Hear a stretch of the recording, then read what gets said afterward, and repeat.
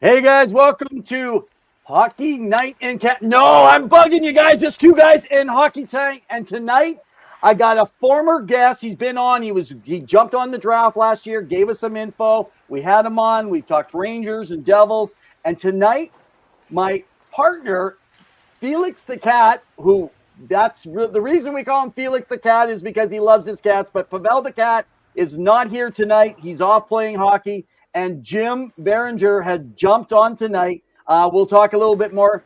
Jim, welcome to the show tonight. We're going to co-host for the full hour, man. Hey, Evan, thanks for having me. Thanks for being here. Glad to be back with you guys. Love the fact that I'm back on with you guys. Love being a guest. Love doing a draft content with you guys. Can't wait to bring it to the viewers tonight. Let's go. Woo! Okay, well, first of all, why don't you give a little bit of background about yourself for those who are not familiar with you that might be joining in here tonight? Yeah, just for quick background, I cover the NHL, Full Press Hockey, Full Press Media, as well as NHLRumors.com. If you've heard me throughout Canada, I've been on the Game Plus television with Rob Peterson on the Rob Peterson Show, as well as occasionally contributing to TSN Radio throughout, and as well as Sportsnet 960 with the Mike Richards Show. So my background speaks for itself. I'm in New Jersey, mostly at Devils games, but I cover the league, have great sources, and it's just a great time of year as we hit towards the playoffs. Well, hey, and you know what? I love connecting with you over on X, guys, so you can go follow. He's got his tag up there, his handle. Folks, just a reminder, every Wednesday night, 7 p.m. Mountain Standard Time, 9 in the East. If you're in Central, that's 8. And if you're in the Pacific, that's going to be 6 o'clock. So wherever you're joining in from, feel free. If you guys got questions tonight, we got a lot to cover. We're probably not going to get all through it. But follow us, guys, on Facebook. Check us out. Subscribe. Find all the different avenues. And just remember, you can check out us on our hockey site, twoguysinhockeytalk.com. Check out our former guests, as well as along with some different articles written up there by some different folks. We got a new Bruins article up for you Bruins fans, so definitely give us a quick look. Okay, well, why don't we do this? Let's get right in. I'm really excited here. I want to get talking about the NHL signing tracker. When I say I'm excited, I'm not excited about some of the players because, let's face it, Jim, some of these guys are not going to be playing for a while. No. But they are players. They're in the system. Some of you folks, you love your team. So why don't I just go through a few? Jim's going to give you a couple. I'm going to give you a few. And then we're going to move on to talking about goalie interference in the NHL. Man, we're going to try to stick within a time, Jim, on this. We could probably go on for a while. And I know you're like me. You like to talk. All right, I do like to talk. All right, so guys, the Flyers, they have signed their 23 pick, Cole Noble. So they got him on a 2-year elite contract with a 980 cap hit. So listen, great move. This is just more of a depth. They're going to get their players' development. Flames sign Tyson Gross to a 2-year contract. Now, from St. Cloud.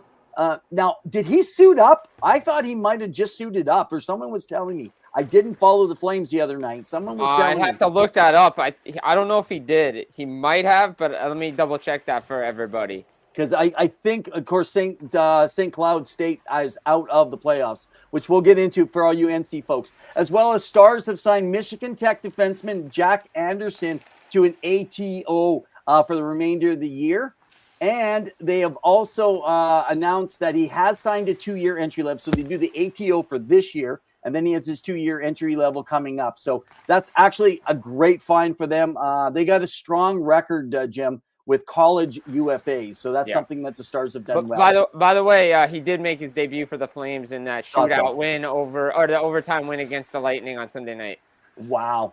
Man, now that's interesting, eh? Shootout win. I know. Should we really talk about it? Or are other fans going to be sad? They got spanked, and then that same team. I know it's a different goalie. And it was a back-to-back. I mean, but still, Lightning forced it into the extra session. So, I mean, and look, I mean, hey, good on the I just want to touch on the Flames real quick. Yeah. Good on the Flames for getting their young guys in, right? I know we're going to talk about that later on, hopefully.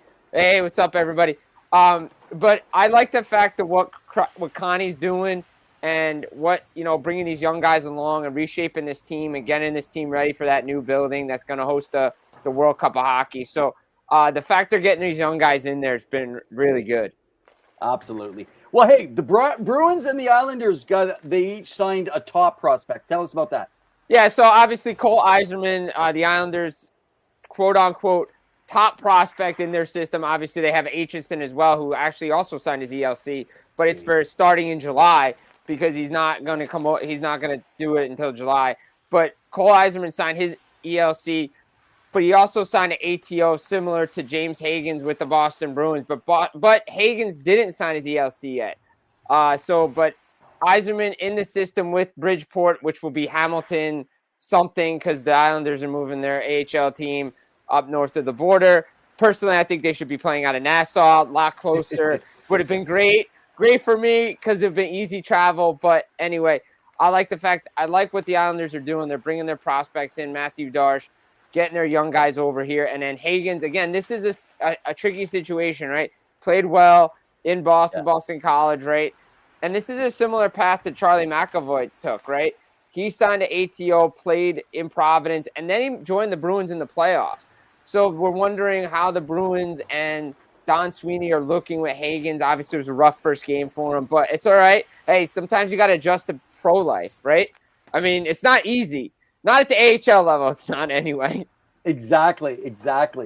Well, I will go on record last year because I wasn't going to change my pick. I don't really think that he's going to get there. I did keep Eiserman at that 2 spot. I had him in early. And I said, I think he'll be a bit of a surprise. I still believe that, but I think if I was to repick, I probably would have him around the 8th spot. That's probably where if I redrafted. But I still believe in the guy. I still think he's a goal scorer. So it'll be interesting what they're going to be able to do with him there. Yeah, and I think he's a goal scorer, and I think that's what they've liked in him, and they've developed him, right? A couple years in college, right? Because I believe he's a 2024 draft guy. So I like what they've done with him. And I know a lot of Islanders fans are really loving that pick, and they really love Cole Eiserman. And he was one of those, in the eyes of Islanders fans, and I don't know about management, but he was one of those untouchable guys around trade deadline and trades that you don't want to move. Yeah, exactly, right? So, okay, well, quote unquote untouchable guys. So the Utah Mammoth, got to say, I do love the name. I don't know what your thoughts were on that. I love the name. I mean, look, I'm a guy that if they could have bought the rights to the ECHL team Grizzlies, if he could have bought those rights, I would have been a fan of that because I have a Utah Grizzlies jersey and I played for the New Jersey Grizzlies in roller hockey, so I'm partisan to the Grizzly name, but I actually like the Mammoth, and it's sticking with me. Well, I got to say, so last night catching the game, the Oilers and the Mammoth, and hearing Gene Principe actually using his puns, it's a Mammoth challenge. And I was like, I guess I never really thought like Kraken, right? Yeah. It's kind of the thing. They're getting like wild and they're trying to get all the names that are outside. Well, speaking of that, so Caleb Denoye, a couple different ways you guys can say it. I'm sticking with Denoye. So he signed his elite level contract as well. Now, folks, that's great news. That's meaning that he's in the system. He's ready to go. But I'm still going to have to give him another year or two, I think, because you're not going to rush it. I don't think that organization will rush. Now, someone that I didn't put on our list to talk about here, and we'll take just a few moments because we can talk about Chicago later, but Frundell just stepped in with his contract. They're gonna burn a year of this contract, Jim. Yeah, he looked good last night against the Islanders. He really did. I mean, I'm gonna get to see him Sunday. Chicago's into New Jersey on Sunday. Oh, sweet. So I can't wait to see him, Bedard, all those guys again. So Chicago's got a nice young prospect pool that is coming along, playing like they were one of those surprise early teams where they kind of used Spencer Knight at the beginning of the year to kind of stay in everything. Then you kind of saw the tail off, Bedard gets hurt, like all that stuff. But you know what? This is a team, again, they just took points away from the Islanders. This is a team that's going to play the season out. But Frundell, he looked really good, especially on that pass on, was it Mikheyev's goal to make it 3-1? That was a really nice pass. Well, and what I noticed is you could see that defensive structure. He's going to help Bedard's. I saw Bedard trying to figure out how – Bedard was a little off his game and trying to find a way with Frundell, but I think as he feels him out, he'll see he's going to make the reliable plays, right? Yeah. The safer plays. I mean, someone was saying, well, the shots for and against were way against Frundell, but remember, he was playing on the number one line, 17 minutes or something like that. He got in the game, and they were way outshot. Zoderblom kind of kept them in that game. So, but I misspelt it. Was it Corone? Who was the guy they also signed to the 2-year just yesterday? Michael Coroni.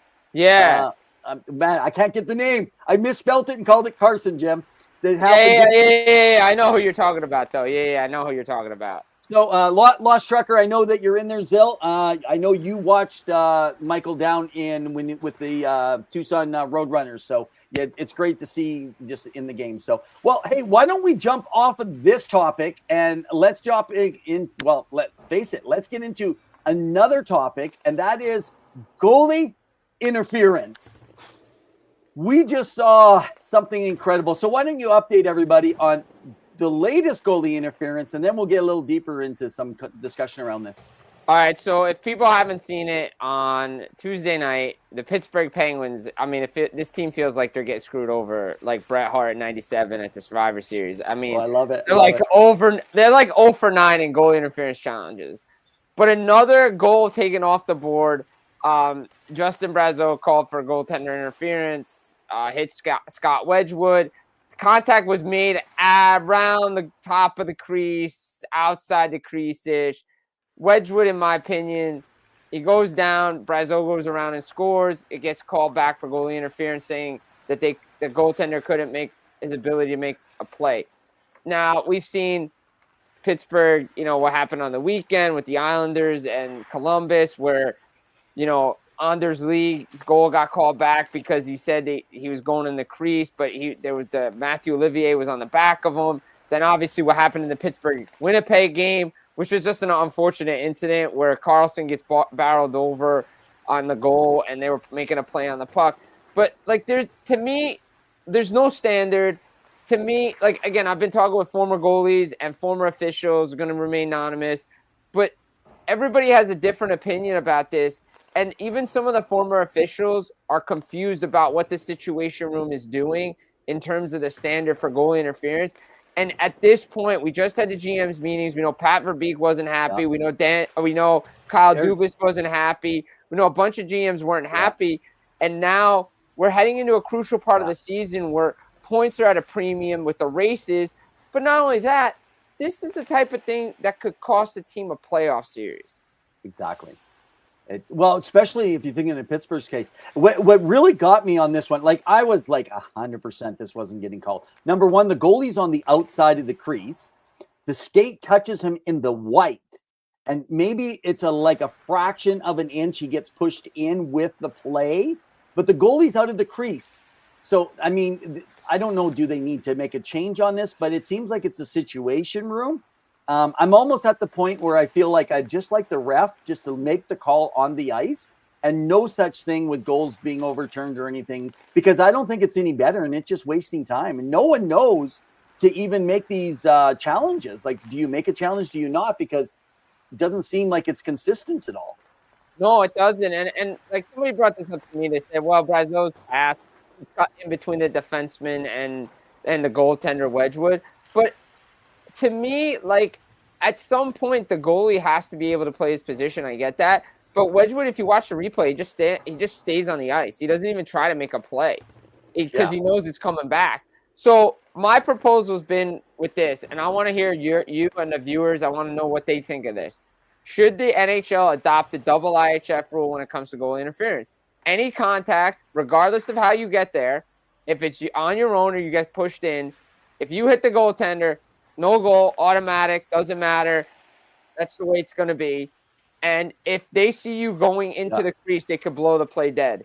No matter, it doesn't matter. You're in the crease. Not in the crease rule, but if they see you make your way into the crease even before the puck gets there, plays dead, face off, that's it. We're getting to that point. We're really getting to that point. Well, something I find interesting is years ago when we talked about goalie interference, Even players like, I'll go back to the Nathan McKinnon one. That's a questionable one, right? Yeah. Was he trying to turn out from the crease? It's like, even if he was, he still would have went through that front of the blue. Maybe the goalie didn't get hit as hard without Nurse in the middle. But what's the defenseman supposed to do? Because you got to take the inside, whoever you are as a defenseman. You're not going to let the guy get his ground. And then the other part, that I remember is you always had to be in control. So you had to stop at the blue. And there's no way players at the speed they go nowadays can do it. So I feel like they've changed that. They allowed goaltenders on that edge of that crease to call those. And to me, the moment he comes out, this is what I would do, Jim, is the moment there's any part of his pad or any part of his upper body that's outside of the blue, then it's fair game. You put yourself outside of that blue. If you're well within the blue, let's make it obvious, all of you in the blue, then it's goalie interference no matter what, unless it's caused by the defender, right? Right, but also there's been some plays like the Daniil Tarasov play with Buffalo right after the Olympic break. They come out like Samuelson's stick is like poking his glove, and he can't make a play on it. Like, to me, that's blatant goalie interference, whether he's inside the crease or not. Like, he's trying to make a play. But again, we understand, and the way the rule is written is, my understanding is the player, if the play's outside the blue, it's fair game. Like, the attacking player has the right to the white ice. The minute he gets into blue ice, it's no go. It's not supposed to be. And it's a no-fly zone, let's be honest. But we're seeing things like at the top of the crease. And I know I'm trying to think, we have to think fourth dimensionally, but there's some of these are just like, are we really nitpicking that much like it's offside? Like, we're getting to the point, like remember when offside review came in? It's like this much. It's like a hair. But the explanations aren't the same. And I agree with like some of these top guys are saying, we need video. We need something. We need something from somebody to say, hey, this is what we're looking at, so everybody's on the same page. Do you remember when we had the Shanaban? Yeah. Yeah. I mean, I actually will say, Brent, I thought he was incredible at that because they would break the video, show the video, send it out with everyone, and then explain their take. Whether you allow, and to me, there was more accountability in that, even if you didn't agree. So I was just going to say, I thought I'd pull up a few while we were talking, and I just realized I didn't catch the game, but Seelovs was also on March 21st. I guess Morgan Barron had scored against him, and there was clear contact in the crease. And after the lengthy review, it's saying that the goal still stood, even though that there was contact. So this isn't the first time for him. No, and the Barron one, to me, that wasn't like, to me, that's just an unfortunate incident because he's shooting the puck on a follow through and he goes into Carlson, who goes into Seelovs. Right. That one I can be like, all right, it's just unfortunate. I get why I can see both sides. Like that one, I can see why Pittsburgh's mad. Yeah. Because they're like, well, the player pushes, but I'm like, but the issue is we're bringing stuff in that isn't in the rule book, like puck battle, or you have to battle through this. It's like, but the rule doesn't say puck battle. It says if the attacking player pushes the defender into the goaltender, it doesn't supposed to count. Like Pittsburgh printed out the rule book and highlighted the section for their media that day. I didn't know that. It is hysterical. I'll have to send you that. But it is hysterical. So it's just getting to a point where there's too much confusion. Man. And the other one I'm just thinking it just happened a couple weeks ago. It's on the mid-March here. It was Tim Stützle with Husso. Yeah, that was the one that Pat Verbeek's like, they were like what happened? Like, and it's a similar play to the Wedgwood play. They make contact, but yet that one was able to stand. Oh, well, Husso was able to play his position. Even the Senators' own broadcast crew actually were surprised that it stood. Yeah, like their own, and they're calling for their team. They go, "No, this is going to be called back." I saw that with the Oilers a few times, catching a bunch of their games in the West too, right? Yeah. No, they're like, no, this is going to get called back, and then it works. And then when they say, "Oh no, this is a good goal," it's like, no, not a good goal. I mean, I laugh. I feel this goes back to me when the Oilers in 2017 went to the playoffs after so long, and the Ducks came back to score 3 straight goals, and literally Corey Perry, I think it was Corey Perry. Yeah, he was still with the team. Literally pulled his pads apart on the ice, and they scored a goal in the 5-hole on Cam Talbot. It's just like, what? Like, how is that? I was at the watch party with that one, right? And I was just like, are you serious? So, like, how's that one legal? you got to figure out, like, where are they coming from, right? So, right. Exactly. All right, let's move to. I sent over to you. Yes, I wrote it down, by the way. People know I actually do take notes and I'm well prepared. It's not just up here. It's the encyclopedia is just not up here. Oh, that's so awesome, man. Okay, folks. So if you're out there, tell me what your thoughts are here. Just a sec here. I just got a couple things. Pawel jumped in. He's supposed to be starting his game in a few here.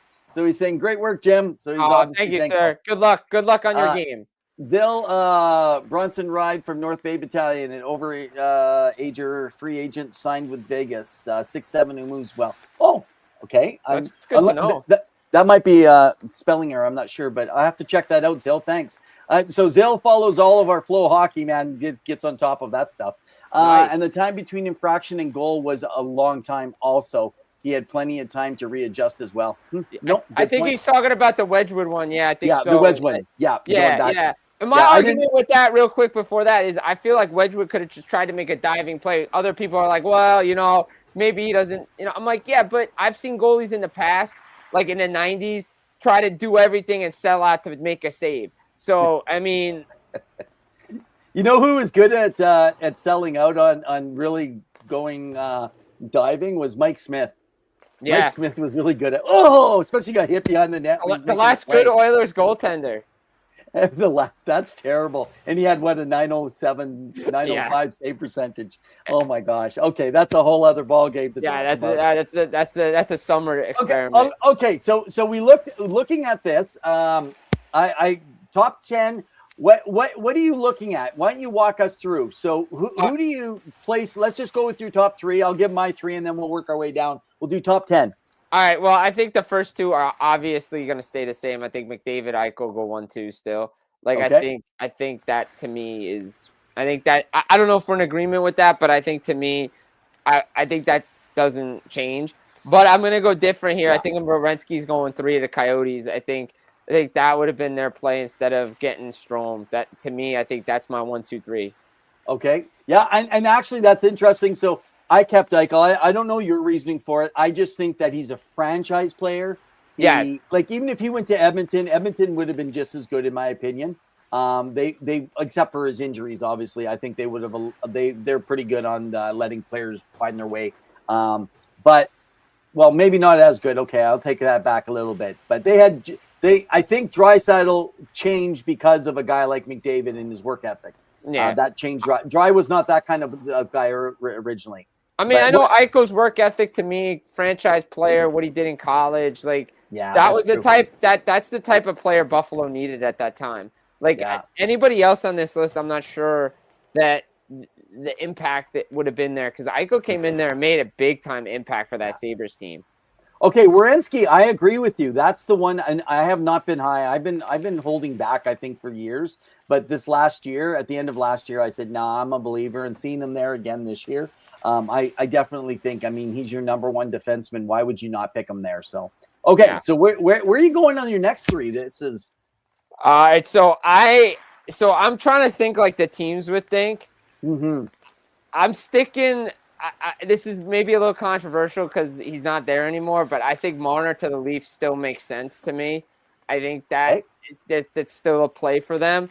But I think the Canes are also going to stay defense, and I think they're going to stay. I still think they're going to have their pick at Hanifin. I don't think they're going to change anything because I'm just trying to think like their scouting department would think. And at that time, they were always heavy defense, and they always built from the back end out. And to me, I think Noah Hanifin, second best defenseman on the board. I think they're going defense there. I'm changing this, though. Kirill Kaprizov's going to the Devils.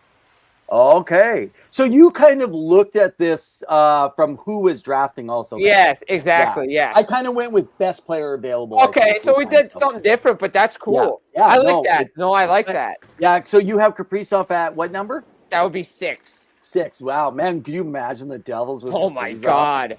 Oh, geez. Okay, Any one of these guys for New Jersey Yeah. would have been great. Yeah, yeah. Who did they get again? Zaka. I mean, he's turned into a good center for the Bruins. I mean, for the Bruins, but what's that? Do we even know who the Devils have because of that? I haven't done the history. No, that was the Eric Halla Pawel Zaka trade.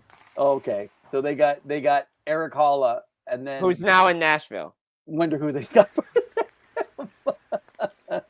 Oh man, the Devils, they hurt themselves. I think they overthink their drafting. So they do. They do. So, but I feel Yzerman in Detroit's like that too, though. Yes, I think he's always going off the board. No, he wasn't like that in Tampa, though. No, I have to go back and take a look at what he did there. So, okay, so I got Rantanen at 4. Okay. I the big power forward. Yeah.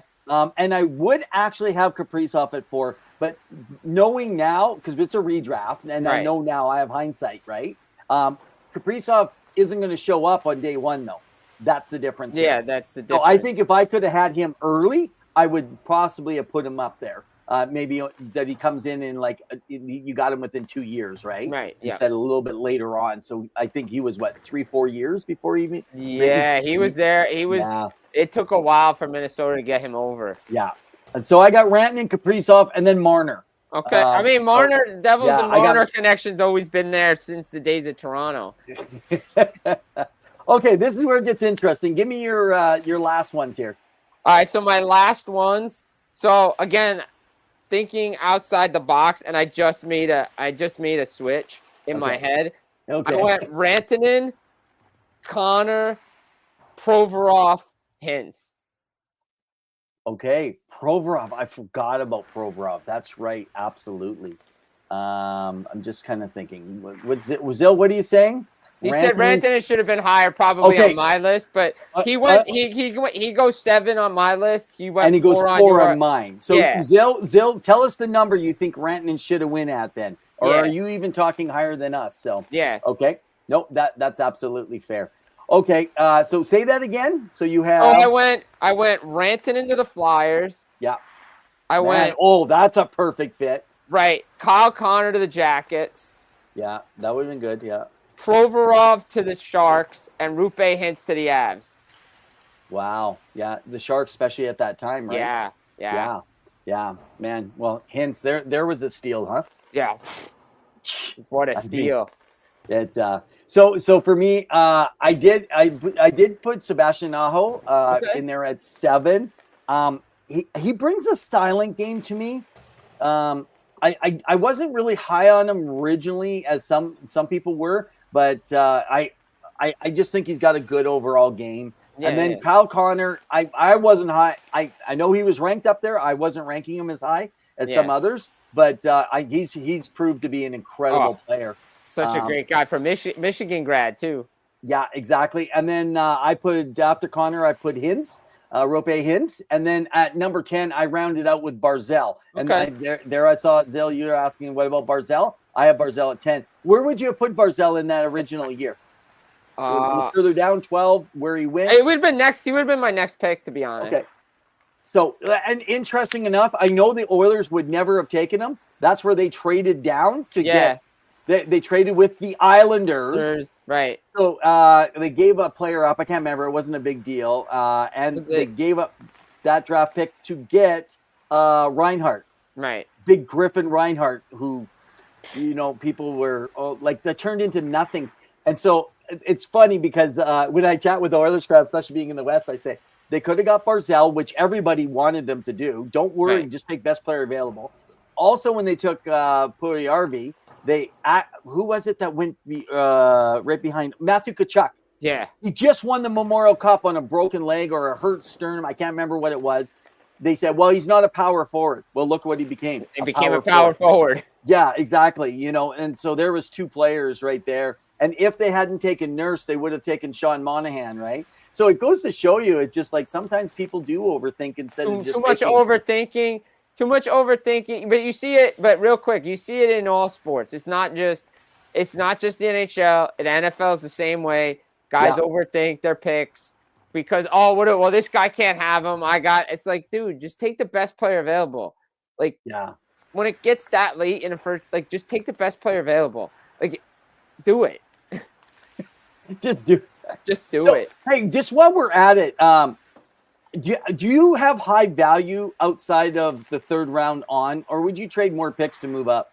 Just curious on your perspective. I mean, it depends on your scouting department, what you're looking for, right? If you can find those guys, because as I've talked to some people around the draft when I go, they say if you can find that, like, you get a 6th rounder. Take, for instance, New Jersey, right? 6th rounder, Jesper Bratt, right? You can find a $6 million player later in the draft. Yeah.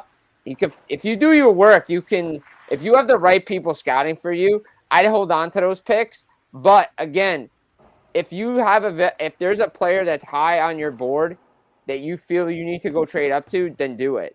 I'm not going to say don't do it, but it has to be a player you value really high. Other than that, you can find quality players, and maybe not everybody's going to play in the NHL, but if you can find that $6 million, $7 million player later in the draft, that saves you. I mean, obviously free agency is not what it is anymore, but that saves you from making a mistake on July 1st. That's true. Yeah, I guess for me, top 3 rounds, I highly value. Third round, not bad. Just by the percentages. I probably would be a GM that went by the percentages. If I can take my third and my fourth and get an extra in the second, and then take my 2 seconds and get in the late of the first, I'm going to try and get 2 draft picks in that first round. And then I'm going to go sign some NCAA free agents and or look over in the SHL, a Liga. Two different philosophies, but as we see around the league, it doesn't matter the philosophy. It could be one, could be another. As long as you have the right people scouting, that's what matters. Well, and that's the thing, because if you look at teams that are in the top for like 4 to 5 years, those teams don't have a lot of good draft picks. And the reason is because they're trading them away because they're trying to go for it every year, right? When they're working through their figuring it out. So, okay, so why don't we do this? Let's move over. I'm going to get a little bit of your opinion here. I saw it, one of our friends, Jamie Basco with Flyers Nitty Gritty there with the beat writer, and he was just kind of talking and frustrated, I know, and I've heard a whole bunch of other local media and different scouts and people frustrated saying, okay, why are these non-playoff teams not, now we're not talking about guys like Frundell to go waste a year or something like that. Like I was shocked on that one, by the way, that they actually did get him in early with that. That might've been part of the agreement though, right? To get some playing time. I think they're going for it. That's why it means this year they have a lot of cap space. I know Hart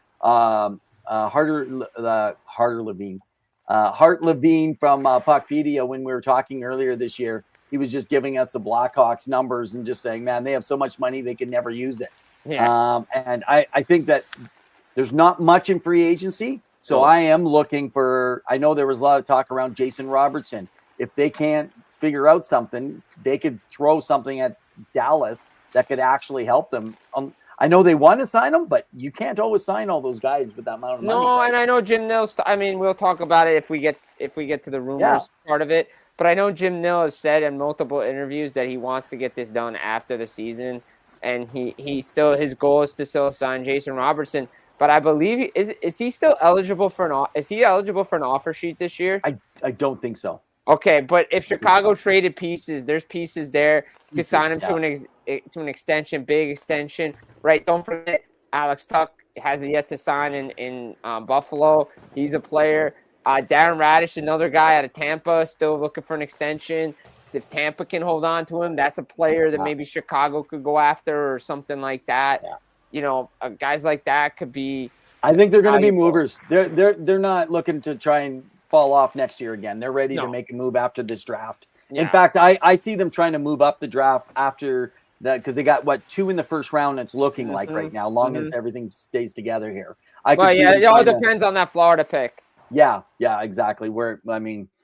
Just looking at the numbers right now, I'm guessing they're still going to be able to get that one. But okay, so you never know with the way the balls bounce. So what do you think about like teams like say the Flyers? They're out of it, right? Yeah. They're not going anywhere now. Why do they have this refusal? Do you think that these coaches to not play the young folks, give them more minutes, give them some time now? when you're already out of the playoffs? What's your thoughts on it? I think for Rick Tock, he's kind of an old school coach, right? Like he is. Like, let's be honest. Like, he's an old school guy, right? Like, he's not gonna play the young guy. Oh, no, I shouldn't say that, right? Because that's unfair. Because he does play some of the younger players, but these young guys in their system, you have to see what they have, what you have, because they're the future of your franchise. Like, you can't just keep holding on to these veterans and hoping that they're going to turn around. I understand, like, the Flyers are trying to push to the playoffs. They're not making the playoffs. Like, let's be honest here. And if you talk to there's a couple guys that I know that are on the Flyers beat, and they've always told me in the season that they weren't making the playoffs this year. And it's just another developmental year for everybody there. But I look to a team in my area besides the Flyers, the Rangers. It's another team. They got guys in their system that they refuse to play in the right position and the right, like, for instance, Offman, who's now in Calgary. Every time they brought him up, they never played him in top six. Yeah, it's like, oh well, he didn't develop. He didn't get top six. I didn't know that. I thought he got. He got some, but he didn't like a get shift or two only. He didn't get consistent enough games where it was beneficial for his game. Like Gabe Perreault finally getting like the time that he should get. We're seeing like Adam Sikora finally seeing the ice. I believe he's made his game against Toronto. Yeah. Like the Rangers, to me, are a team that should be playing their young guys. They have all this. They've had these draft picks, and you wonder why the guys don't develop. Like that, to me, is a team that should be This is what I've seen every year with the Rangers. They refuse to play these guys, and then they wonder why they're not taking the next steps. Well, because you didn't play them. Like, you refuse to play them. But when the guys produce, you take them off the line. Like, I think the best thing that happened to Alexis Lafreniere is that Artemi Panarin got traded. That was exactly my thoughts. It's just like I felt like he was a different player when that happened. Right. Like, to me, it's like, where is it? And then Will Cooley's taking his next step. Perreault, like, all these guys are starting to take the next step because they're not relying on their veterans so much anymore. Like, like I feel like if you're out of the playoffs, like we just talked about Calgary before, right? They're playing their young guys. They want to see what the future is for this team. And the fan base is excited about it. Wow. Oh, I was right. Okay. Yeah. So thanks, D. I appreciate that. I thought he was, but I wasn't sure. So for some reason, I was thinking this past year. I wasn't thinking this upcoming. That's what you were. No, I wasn't sure because I was like, I think he's offer sheet eligible, but I wasn't sure. Yeah. Because I wasn't looking at my phone. I know you said Robinson, but we know it's Robert. Yeah, Robertson. Hey, I get it, man. All those auto wrongs that you get on your phone. Yeah. I do it on X, and everyone wants to correct you like they're your English teacher. English school teacher. Yeah, exactly. It's just like, screw off, man. Figure it out, off, right? man. Like, who cares? Yeah. That's what I was talking to you about off air. I have a bad habit of auto-correcting people that I've been trying to kick because I see it's wrong and I'm like, this is not my fight. Like, I'm trying to be like the Stoics. It's like, don't need to get myself involved in stuff like that. We all make mistakes. I know I make spelling errors. It's fine. But to me, I think you should play your young guys, especially if you have a chance to do it. What did we see in Montreal, right? For how many years did we see before they got to this point? They played the Caulfields, the Suzukis, the growing pains with Slafkovsky, all these young guys. Like, and now look at their team. San Jose, the same thing. Like, again, LA finally letting Brandt-Clark play like he's a top defenseman. Like, it's like, dude, let the guys play. You drafted them for a reason. They're developed in your system for a reason. Like, look at Kari Yakimchuk for Senators the other night. Just comes in and 2 points. It's like, dude, just retire now. Like, just do it. I love when people jump on small sample sizes. He's played one game, and they're comparing him to Parekh and saying how much better because of how Parekh has produced. And I'm laughing. Like, he may produce better, right? Yeah, I mean, I don't know if he's going to produce better. I like Zane Parekh as a player, to be honest. Yeah, I'm just worried about his defense, right? That was always my issue with Parekh. But I mean, that'll come. That'll come. Yakimchuk, I was kind of worried about that, but the fact they were working on that defensive game is what I was told. He was down there in Belleville for most of the year. That's right. They didn't bring him up until now because they had to, because you're missing Sanderson, Shabbat, Jensen. Like, they're losing top 4 defensemen, so it's like, woo. Whew. Well, hey, based on time, we'll come back to some of the other pieces. Yeah. There's some things we might not be able to cover for you Yep. guys here tonight, but why don't we take you over and get around the ring so that we're not ending off the show, because we want to give the last 10 minutes to the show and talk about the playoff races that are in place right now, guys. So, hey, make sure you get, if you haven't done it, do like Zill, get on to Flow Hockey, guys. It's some great stuff, especially with the playoffs happening, NCAA. You're going to get some great stuff. So jump on to Flow Hockey.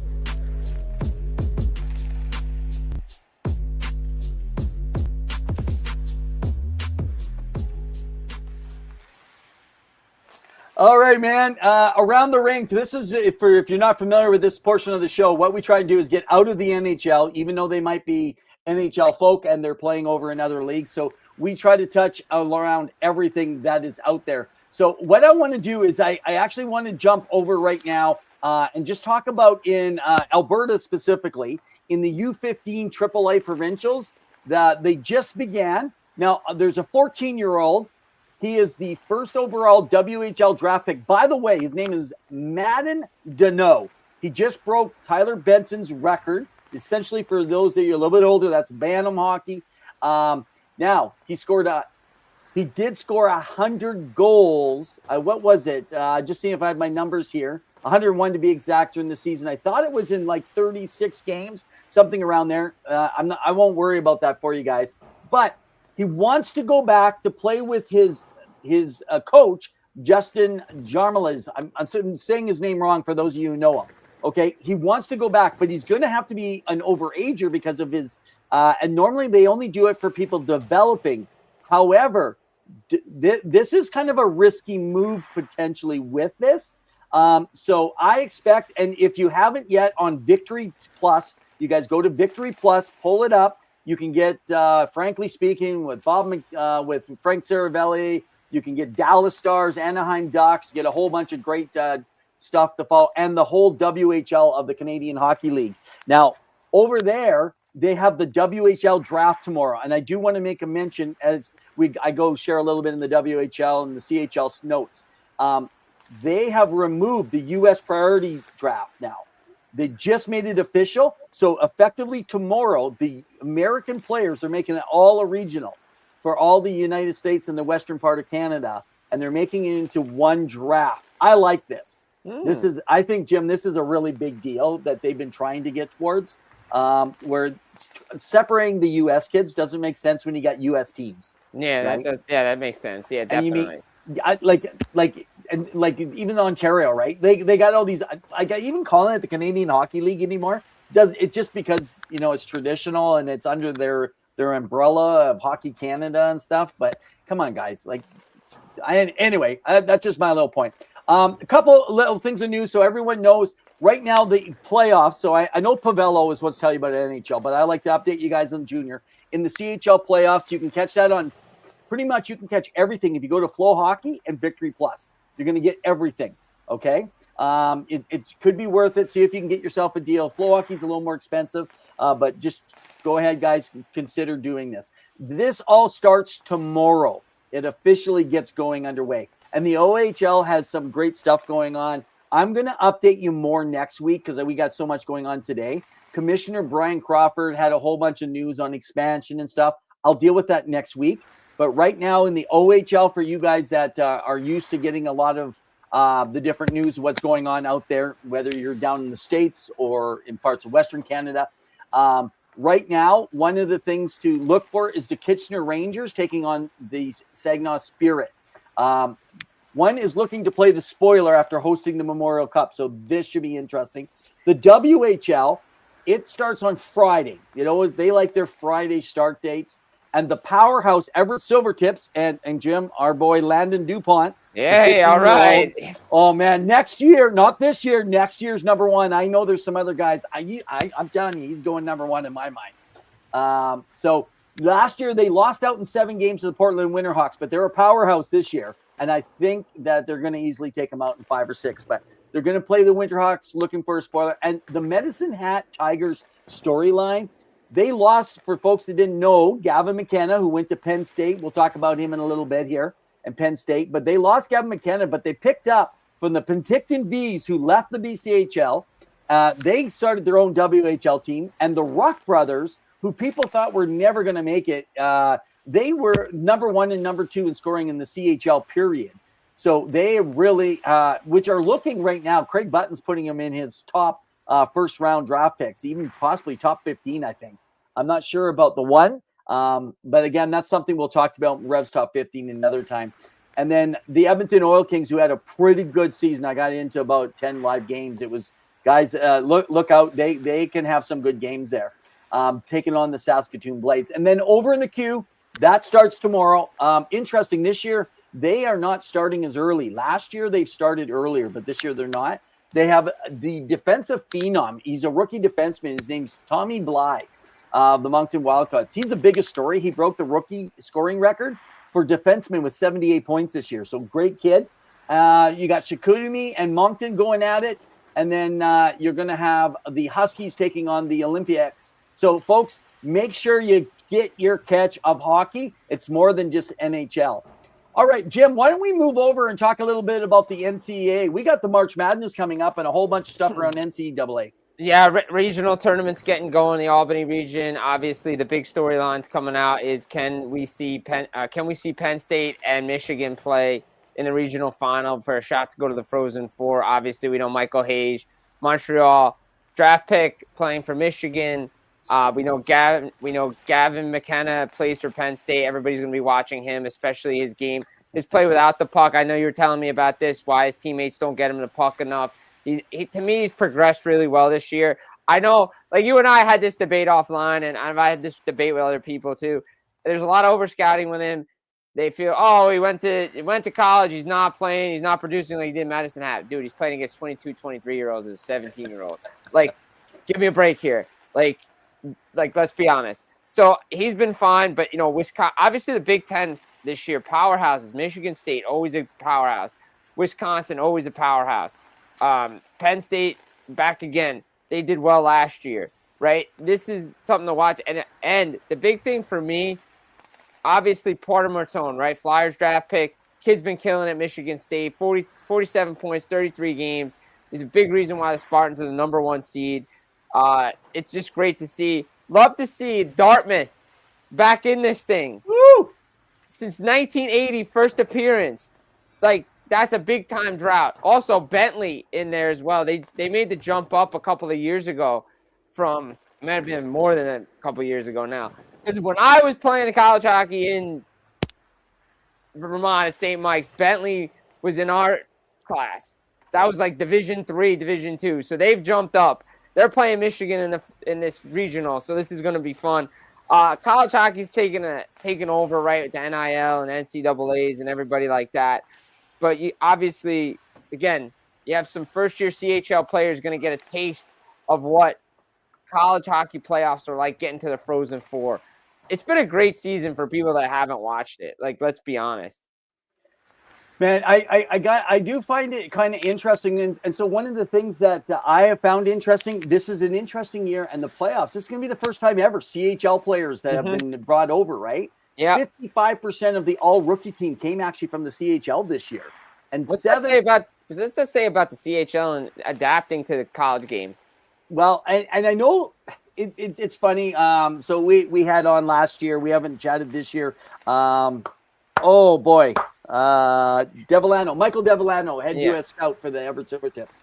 On last year, we were just talking all around the adaptation of the game and a whole bunch of other folks, and everyone just saying, you know, the game will adapt, but even the BCHL has done really well adapting. The North American Hockey League, they're all going to adapt. It's the financial part they're going to have to figure out. But at some point, there's also NCAA players who would have been playing that are not playing now for their team. So they're going to maybe find a different route to be able to go if they're not making the NCAA teams, or there's just going to be more NCAA teams. I know one of the guys, I tried to get him on this year. I couldn't get him. It looks like they kind of went silent. They had agreed to come on. But I've been told that California has 3 potential teams they're working on to bring into the NCAA from major universities. So, like, big time. It's money now, right? That's the big thing. NIL is big money. I mean, Oklahoma State's going to be Division I soon. A couple years now. Yeah, so, I mean, I always tell everybody, I said, if college hockey was as big as it was when I went to school, I would have been playing hockey down south. Like I would have been playing in Florida, Arizona, like those places. Well, and what I would tell people, even American players, hey, come up to the BCHL, get in there. I mean, right now, Caleb Mahalstrow played for the Chilliwack Chiefs in the BCHL originally. He went over, right? And then he made his move. Now he's going to make another move over to the NCAA. And whatever route, I remember Dan Tenser, director of scouting for the Saskatoon Blades last year, said to us, it doesn't matter where you play, just play good. Mm-hmm. We're going to find you. Mm-hmm. We scout the globe now, no matter where it is. So I just say, if you get into something like the BCHL that maybe is easier, it's going to be still good playing, but they work really hard and they put you through so that you can get your education paid for in the NCAA. And then maybe you're a little bit older playing in that route. Maybe it even gets you to Europe, if not the NHL, right? Yeah, true. Exactly. I like that. You know, so something around that. And folks, I'm not gonna hit on the AHL. They're getting ready. I'll update you next week. We just got so much going on. PWHL, the Montreal Victoriaire, however you say that. The notable late season signing they've just done with someone named Nadia Matveev. She's the captain of Italy's national team. Played just recently in the Olympics. So that was really cool. That's cool. I love to see that. And we've talked about having more players from around the world because there is a lot. There's a strong league over in Finland. You know, Cassidy Sauvé had played goal over there. We had her on a few seasons ago. Guys, I mean, yeah. So I'm really looking forward. It's going to be important for key players to coming back because someone like Marie-Philippe Poulin is still dealing with her injury and stuff. But just a heads up, before we're going to have to move over to our playoffs. We had so much stuff we're not going to get to. So much jam-packed episode, guys. So KHL, so KHL, the Gagarin Cup battles, just so you kind of get it, they're in the heat of the conference quarters. So you got Lokomotiv versus Spartak Loka. You got Minsk versus Dynamo Moscow, and you got Severostol. I know I'm saying it wrong. Versus my favorite, Torpedo. So all these are right now in between 1-0 and 1-1 tied up. And then you got the battle of what I call the Army Derby. That's Siska and Ska. And Siska right now has 2 games up on them. So I'm actually looking at Siska as probably and Lokomotiv as being the dominant. And if you guys want to remember, Radulov is with the Lokomotiv group. And anyway. So, and then in the SHL, look for Skelfelkia. I always get these names mixed up, Jim. But Frölunda. I'm looking for Frölunda to come out and the Vatko Lakers. Those are the teams to be watching for. And then just for our friend Timu Laszlo, hey man, I know you're out scouting today, so you're not joining us here. But man, listen, over in Finland right now, they go through. It's weird because they start with 7 rounds and they do a wild card play-in, kind of like the NHL playoff in.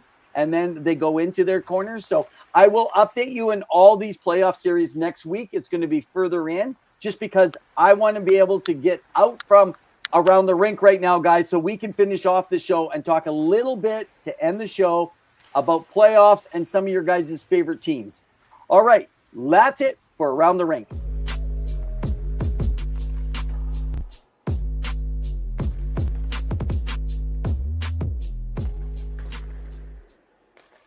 Well, we say we should be 2 guys in overtime, and I'm thinking about kind of copywriting that and then putting a little special when you hit overtime, like a buzzer goes off. And, you know, so we're going to be a few minutes going over.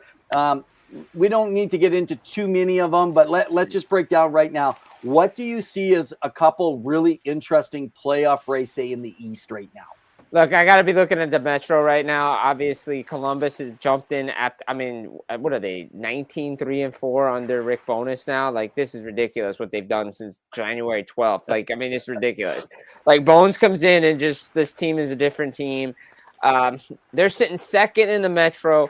Pittsburgh's dropped a little bit. The Islanders are right there. Like, that's a battle to me that you have to watch in the East.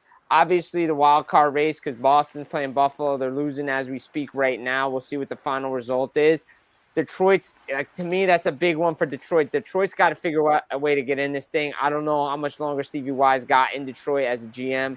Like 10 years going on, no playoffs. Like at some point, you got to make playoffs. But the Sens, like that to me, is a team that you should be watching. I know they got a lot of injuries, but I think the Sens can figure out a way to get into this thing, even with all the injuries that they're doing, because their metrics defensively look so well. They're limiting team shots. Goaltending has stepped up. Brady Tkachuk's playing well. This team, to me, is one of those teams. But I think, like, if you look at it, Montreal's taking that next step because, again, as I've written, everybody's talking about it. It's not just wild card we're looking at here, folks.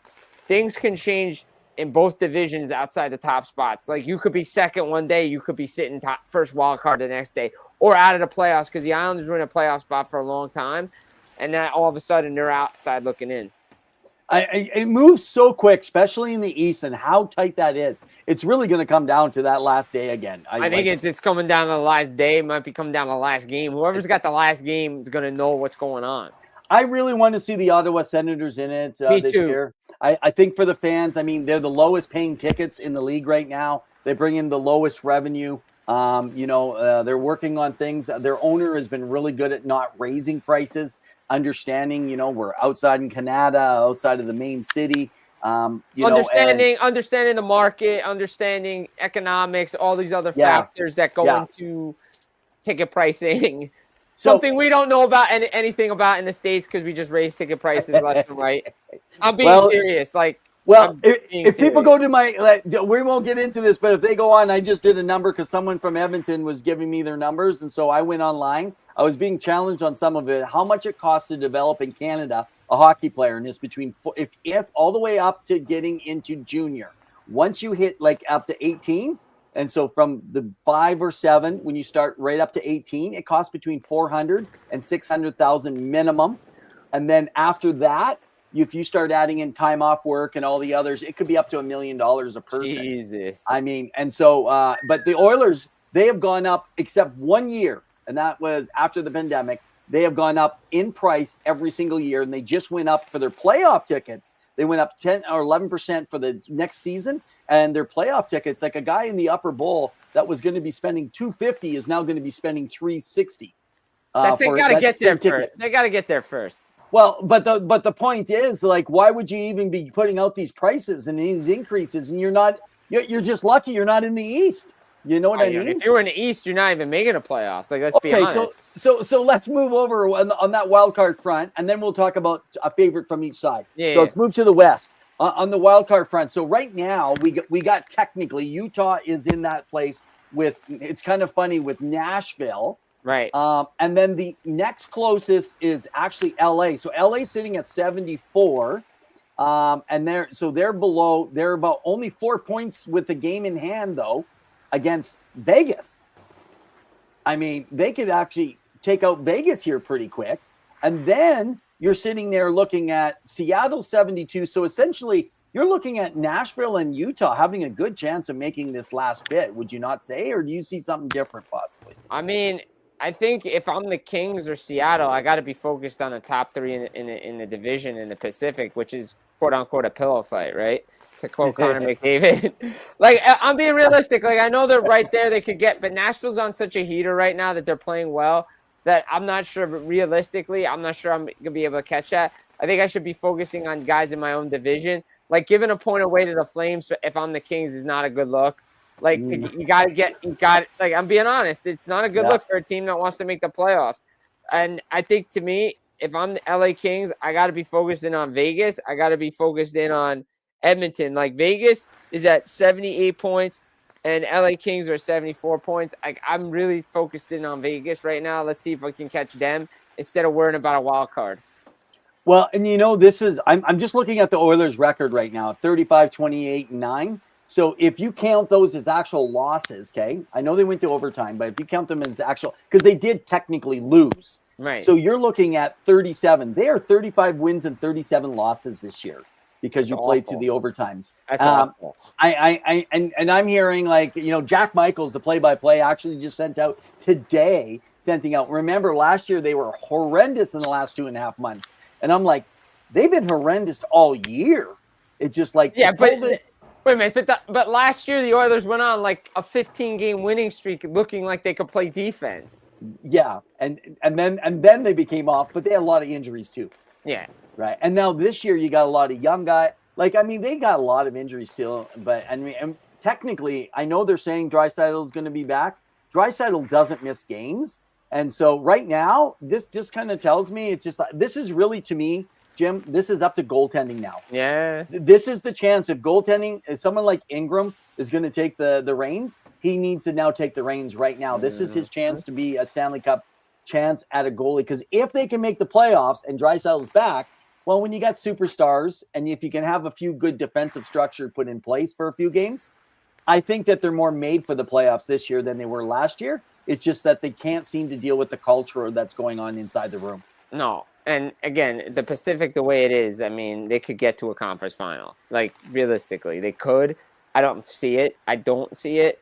Me personally, I don't see it. I think if Utah ends up taking wild card 1, they could have a chance to get to a conference final, just because I think they're better than a bunch of the teams in the Pacific right now. Okay, so let's just talk about the two top teams right now: Colorado Avalanche and the Dallas Stars. Like, I mean, who's going to beat them? I think they're going to beat themselves, right? Is it the Colorado Avalanche Open? I think, to me, this year, real quick, Evan, Dallas is better equipped for the playoffs this year than they've been in years past. I think they're more physical. I think they're better defensively. And I think they understood the last couple of years in their losses in the conference final, what it takes to win, why they added guys like a Michael Bunting to their roster at the trade deadline to get a little bit more jam, just to get a little bit that physicality they need. Colorado, to me, right now is like there's a lot of moving parts, a lot of new pieces that haven't. I mean, they're starting to win again, so again, anything can happen. But again, if they could say they match up against Nashville and Saros goes on a heater, they could be out. Yeah, that's true. I mean, they have some good experience. Marchessault, Stamkos. I mean, they may only look average, but when you hit the playoffs, anything's open, right? Right, exactly. Yeah, and then so you're gonna have Stars versus right now. It looks like Stars Wild, Oilers, Kings. That'll be a good first round. Not Kings, sorry, Knights. And then you're looking at Anaheim taking on Utah. Well, Utah could upset Anaheim. That's what I'm saying. Like, the most coveted spot right now is wild card 1 in the West. Yeah, and then so chances are Avalanche probably take out the Predators. So you got a Colorado, Utah. So to me, that puts Colorado in the Final Four. Right. I think you're gonna have Stars take out the Wild. Yeah, so it'll be Colorado, Dallas in round 2, and then be Utah, potentially Oilers and Knights in round 2. And the only reason I think the Oilers could get to the the conference final is just because of the competition if they finish in the top 3, right? Exactly. Yeah, with it. So, but okay, let's move over to the East and then we'll wrap up the show. Who are the powerhouses in the East that we should be looking out for? Because right now, people are saying Buffalo. I mean, Buffalo is definitely a powerhouse just because the way they're playing, but they have flaws too. Like, is that goaltending going to hang up? Can all these guys step up in the playoffs? I think the only team that really doesn't have a lot of question marks is the Tampa Bay Lightning, who've been there before, who've been Stanley Cup champions. Carolina's there too, but again, everybody questions their goaltending. They didn't really make a move at the deadline. But Carolina, to me, is a team that should get to a conference final just because the Metro is just so weak that you should pencil them right in unless they run into a hot goalie. Outside of that, I mean, I think it's wide open to anybody else could get there. I mean, Tampa, you can peg them there. But if Montreal keeps playing the right way, who says the Canadiens can't be there, right? Like, I don't know if any of the wildcard teams can make a run to the conference final. But if I'm looking at it, I think Buffalo, out of the Atlantic, one of Buffalo, Tampa, Montreal could get to the conference final. So do you think Montreal could be ready physicality-wise for the playoffs, though? I don't know if physicality-wise, but if they get the right matchup, they could play Tampa if they could play Tampa, they've played Tampa hard in the playoffs in the past. Yeah. And they could beat them. Is it possible we could have a Columbus make the playoffs and Columbus take on Tampa and then beat them again? No, could. Why not? That'd be great. I'd love to see it. That'd be awesome. I think one of the things that I absolutely love about the NHL when you get into the playoffs, every team believes if you get in, there's always like you said, a goalie just needs to have 4 hot games before the other goalie does. Or if they technically, if you have 2 hot games, you're probably going to win just because the team's going to be able to play well enough, right? I mean, we see it in the Olympics. We see it in international hockey. I go back for me, I'm 55. So I remember when King Richard Brodeur, and he was named the king after he took against the Islanders. and they went all the way to the finals. Now, of course, the Islanders annihilated them. Yeah, Vancouver got But I mean, those are the days of Murray Bannerman backing up Phil Esposito. You know, I mean, it was a different time and a different place. But definitely, I'm looking at the East, and I don't know. You know, I think there was something about the comments that were said. And by the way, just an historic moment I just want to mention before we wrap up, for Connor McDavid hitting 1,200, 400 goals, 800 assists. No, he didn't hit his 800 assists, actually. I think he hit 799 because he got another goal, 801 goals or 401 goals. So anyway, but he hit his 1,200 points already, third fastest. Obviously, guys, you know who the other two were. Just Wayne Gretzky and Mario Lemieux. But yeah, I'm going to jump on that bandwagon, man, if they don't load up this offseason. And outside of Alec Tuck, I don't know who else they can bring in. I think that's who they're aiming for. But Tuck might want to stay in Buffalo if they become a winner. Yeah. So I think if I'm Buffalo, I got to do everything to keep a hometown. I mean, he's from Syracuse. Yeah. But a local guy to stay there. Well, and he loves it there, too. Yeah, right? He loves it there. I think the only reason there was talk of him leaving is because he's honestly saying, is this going to be the same old story, right? But if they get to the playoffs and make a run, why not? Yeah. Well, I think even if they get to a second round, they have a good chance of keeping him in there because he feels like they got a team, right? I mean, they're making the playoffs now, around it. So, but man, well, you know what? It's I'm just looking at the time. We're 7 minutes after. We've gone into overtime. We've covered a bunch. Jim, man, where can people follow you? Yo, check me out at Jim Berenger. Follow me along on Twitter. Always got to make my opinions known. Full Press Hockey on YouTube. Got some content up there. I want to get Evan on the show as well because love talking hockey with this guy. Great guy to talk hockey with. Check me out. Full Press Media up on Substack, NHLrumors.com. Yeah, just Google me. I'm like Kirk Signetti. Google me. If you guys don't get that reference, go type in Kirk Signetti, Indiana football coach. That's the reference. I just so you know, I want to do so I'm in on April 8th. AEW is in town. So yes. I'm a lot 2 years ago they were here in the Edmonton region, and so I came in. I'm dressed up as Darby Allin. I like Darby Allin. So even though he almost never wrestles anymore now, but he's one of my favorite guys. So I'll be all dressed up coming on, and I'll make a reference to hockey and wrestling for a 5 minute for you guys on April 8th. And just a heads up, we do have a couple other shows where I'm not going to be available, folks. So on April 8th, former play-by-play for the Swift Current Broncos, back when Carter Hart played Stuart Skinner, Sean Mullen will be back with you guys. And he's now doing sports broadcasting over there in Swift Current. So, but he'll be on the show, and I'm not sure who they got lined up on the 22nd here. I think Josh Pertosik might be one of them, or one of our boys that have been on the show in the past. So, but Jim, thanks so much for jumping on the show tonight. It's been, in the famous words of Ed Whalen, a ring of ding dong dandy. And in the meantime, and in between time, keep your stick on the ice. Cheers, man. You have a good one.